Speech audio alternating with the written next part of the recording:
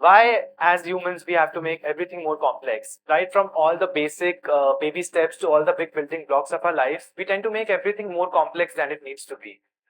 Be it choosing between, two cars, or choosing what profession to pursue, or choosing your life partner, or even choosing between two toys as kids. We tend to make everything more complex. And no matter what kind of hurdles or opportunities come our way, we should avoid doing that. And let me share with you all my story as an example. As any other active kid, I was very hungry for food, but also hungry for proving myself and just deciding what to do in life. So I was not a very like brilliant student. I was an average student, but I love exploring, and I played a lot of sports, enjoyed music, and all those things. So in school, I don't know what happened, but in 10th standard, I scored 93%, and that was not me. Well, 92.8 to be accurate, but that's what I told everyone.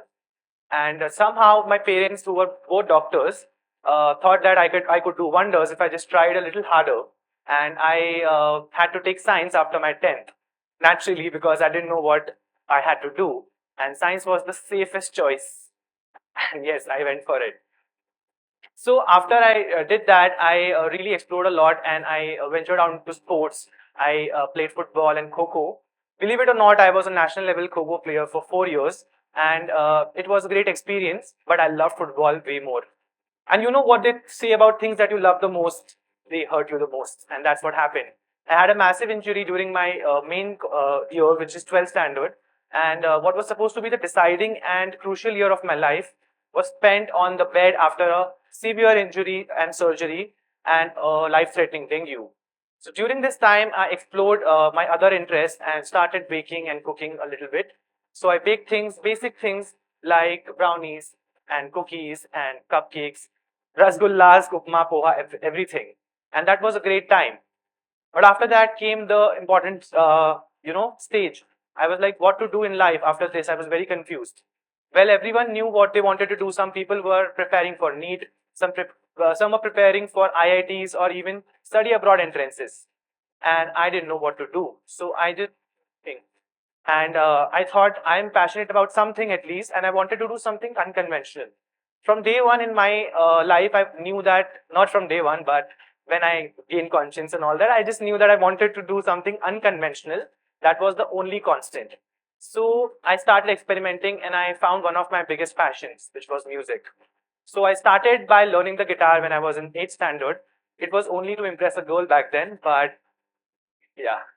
But slowly it started to grow on me, and I really became passionate about it. One after the other, I learned the basics of several musical instruments, starting from guitar, mandolin, ukulele, flute, mouth organ, and even some which no one had even heard of, like ocarina, didgeridoo, boombackers, and there are many weirder names than this. So I slowly learned about 35 musical instruments, and that was my dream to actually create the world record for the person who knows the most number of musical instruments. But yeah, that did not happen because there was a question that was raised at me, but what about further studies? And I think that makes a lot of sense. So even back then, I was mature enough to understand that I need to have a basic degree. So I thought what to do. And the only field that resonated with my passion for music back then was sound engineering. It was something that I thought I could do, and it felt a little more unconventional, but at the same time, it was a little accepting from the societal point of view, with the word engineering attached to it. So I thought, let's go for it. My parents even agreed for me to do it. But there was one catch. There were no degree courses for sound engineering in the country, not back then at least. So I was stuck to the square one, and I thought, let's see what we can do.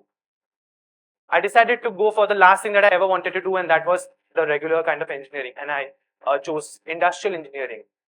So I enrolled for that course, and the only motivation that I had to go to college was the fact that there was a music club in my college, a separate club for music, yes. And that was the only motivation for me to go to the college every day and sometimes bunk my classes and then jam with fellow musicians.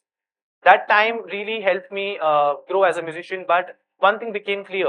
I wasn't as good as music as I thought I was, because I was not naturally gifted with it. I didn't have any musical backgrounds whatsoever. And slowly with time, while jamming and performing with musical prodigies, I got to know that maybe this is not what I had to do, or maybe something that I can even do. I didn't believe that I had what it took to become a musician or a sound engineer in that case. So I thought of all the other career options, and I looked through all the options that people were pursuing. I started comparing my life with others because it was that kind of a stage. So a lot of people were going for GRE entrances, CAT classes, and I did that too. I enrolled for both of those at the same time, and it didn't work out well. After that, I thought, why spend so much on education when we can go for masters for free in Germany? So I enrolled for a German language class. Went there for 1 month, didn't understand even a word, and I dropped out. So at that time, I was like, okay, no problem. But I understood one thing, and that was a really great point, that when people say that when you don't know what to do in life, it's always good to start by knowing what not to do in life. And I got to know that these things that people are usually doing are not for me. So I kept looking, and this was the time when I started a page on Instagram, a food page, and I started exploring my town. I'm from Nagpur, by the way. So I started going to various local joints and posting about those places. People started to appreciate it, but it was completely anonymous back then. Hardly 4 or 5 people knew about it. So I went to these places, and thousands of Nagpurians started to appreciate my page. Even people sitting besides me in my college classroom started to talk about it. And one day people came to me and they're like, "Are you following this page? You should follow this. This is so good." And I was like, "Okay, I will." I didn't tell them, of course, but slowly it got clear to me that I need to disclose this identity, because one day one of my closest friends decided to pull a prank on me. He went to a newly opened cafe in the city of Nagpur, and he just told them that this is my page. Basically, he impersonated me, and they did a proper food tasting with him in the hopes of getting featured on my page, which never happened because I never got to know that this is the incident that happened. So a few weeks later, they reached out to me just to check when can we expect the post or a review on your feed. And I was super embarrassed. I was really embarrassed, and I didn't know what to do. The next day, I changed the username from whatever it was to my name. And from there, I realized that it was a very good decision. It helped overall to build credibility to my work. But at the same time, it opened doors for me to other cities, to the entire world, of course, because there was not the name of a particular city attached to it. And overall, with time, I think it also helped me get verified on Instagram, and people appreciated my work overall because it's easier to recognize a person than a faceless journal. At least that's what I thought at that point of time, and I think it's true. So slowly, I built my content creation, and at the same time, I thought, let's do something new, because I've always wanted to explore and get creative with my ideas. So along with a couple of other blogger friends of mine, we started a new concept which was new to my city at least, and it was called food walks. So we used to gather hundreds of people to one area. We used to charge them about just 100 rupees, and we all used to go to all the various joints or particular famous food eateries in that area, and all of us went home happy with stomachs full, and it was a very wholesome experience. People had the best time, and I really learned a lot. But it wasn't enough for me, because always I have felt that whatever I know, I need to teach others as well, at least the thing that I'm sure of. So what started with me teaching guitar to college students slowly changed into me hosting workshops on baking and photography, because my interest changed from music towards food.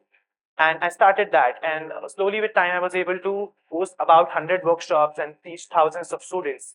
So that one decision really helped me a lot. And I think that's pretty crazy. All was good, but I did not have any proper workspace of my own. I used to shoot from a balcony of my bedroom, and I had this table set up over which I used to place my hand painted backdrops, over which there was a makeshift tripod set up, the sight of which would have given anxiety to a lot of people. But it really helped me with my content game. Even though there were lack of resources and other things, I never let it come in the way of my content creation. You can say I was very content with the content I was creating. And slowly I was pretty happy, but there was only one problem.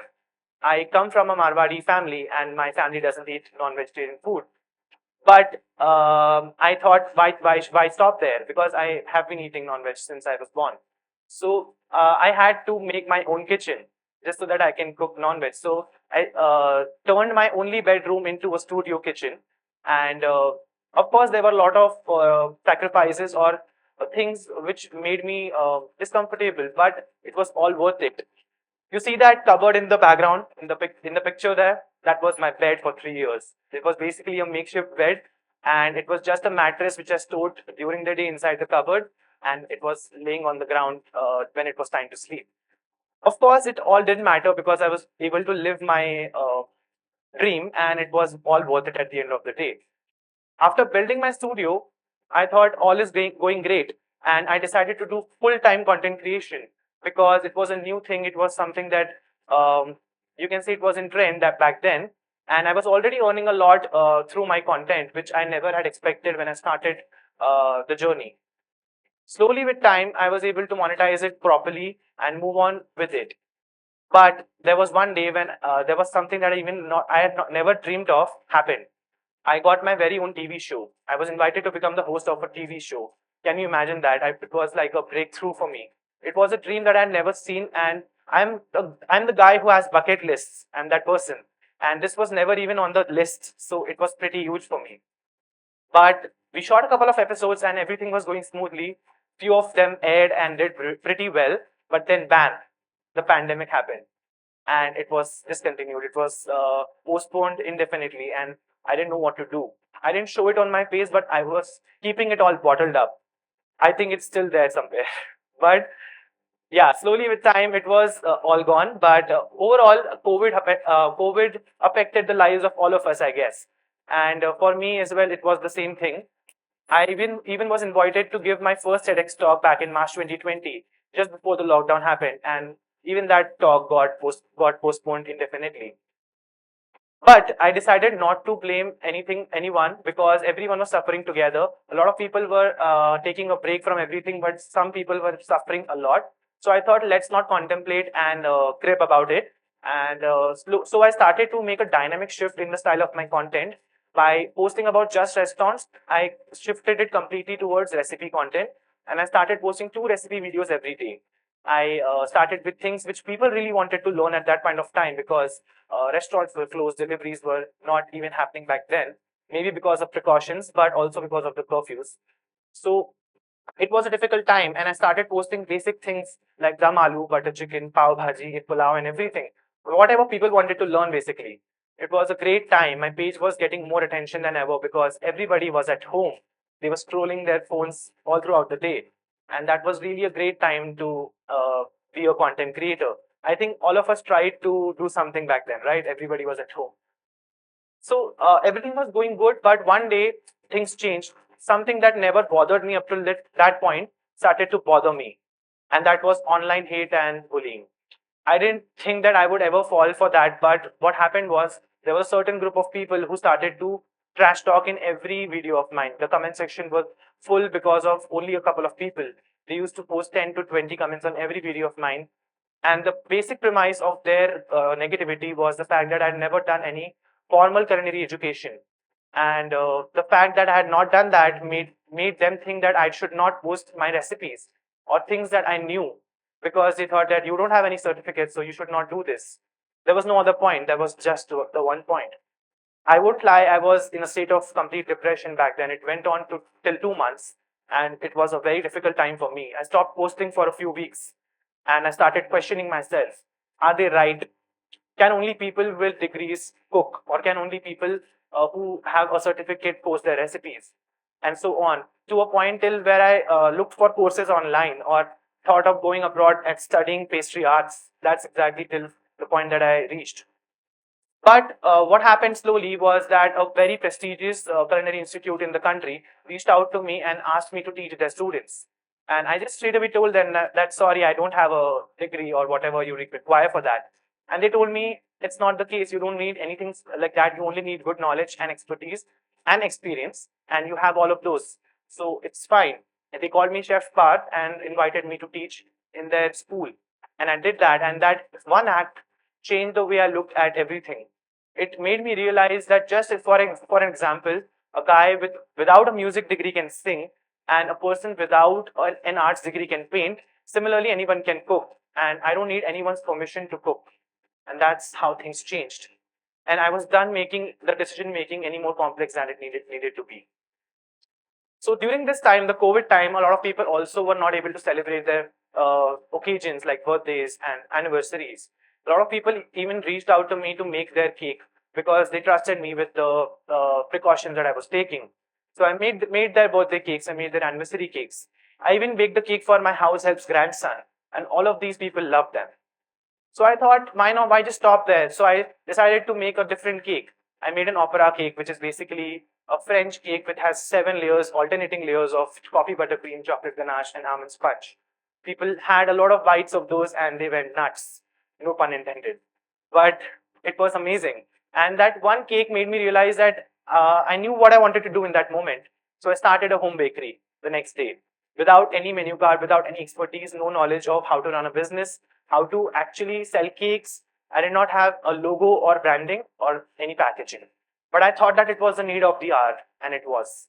Because overnight it grew rapidly, and from the next day I was working 18 hours a day, 7 days a week. I used to bake tens of cakes every day, amongst other desserts as well. But I knew that this couldn't continue that like that. So I hired a team.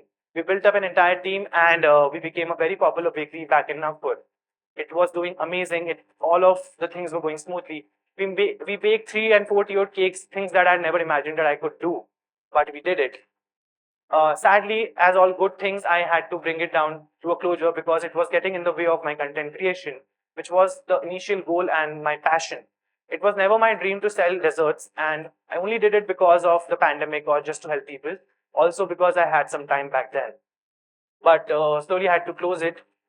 But I would say I have zero regrets to start the bakery and zero regrets to close it down. In my 6 years of content creation, I've learned that there are a lot of challenges and hurdles that will come your way, but it's always good to not focus on those and not complicate the decision making any more than it needs to be. I've also had a lot of opportunities and milestones in this journey, including being listed under 200 most influential people in Asia and buying my first car at 22, having my first TV show at the age of 21, and buying my first apartment at 22. So those were some achievements, but also I have curated the menu for a lot of restaurants and taught thousands of students. And here I'm giving my first ever TEDx talk finally. So thank you so much for having me here, and have a great day.